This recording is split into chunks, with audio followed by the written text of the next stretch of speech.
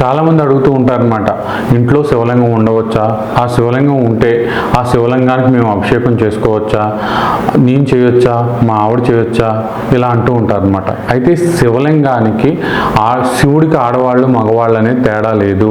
ఖచ్చితంగా ఆడవాళ్ళైనా మగవాళ్ళైనా సరే శివుడికి అభిషేకం చేసుకోవచ్చు. అయితే పెళ్లి కాని ఆడవాళ్ళు శివలింగాన్ని తాకకుండా అభిషేకం చేయడం మంచిదన్నమాట. అది పురాణాల్లో చెప్పబడింది. ఇంకా పెళ్ళైన ఆడవాళ్ళకి ఏ నియమాలు లేవు, మగవాళ్ళలాగే చక్కగా మామూలుగా పూజ చేసుకునేటప్పుడు మీరు కూడా శివుడికి అభిషేకం చేసుకోవచ్చు. దీనివల్ల ఎలాంటి దోషం లేదు. అందరూ కూడా రకరకాల కట్టుకథలు చెప్తారు, అవన్నీ నమ్మొద్దు. పరమేశ్వరుడికి ఎట్టి పరిస్థితుల్లోనూ కూడా ఆడ మగ అనే లింగ భేదాలు ఉండవు. అందరూ కూడా ఒకేలాగా పరమేశ్వరుని ఆరాధించవచ్చు. దానివల్ల ఖచ్చితంగా మేలే జరుగుతుంది.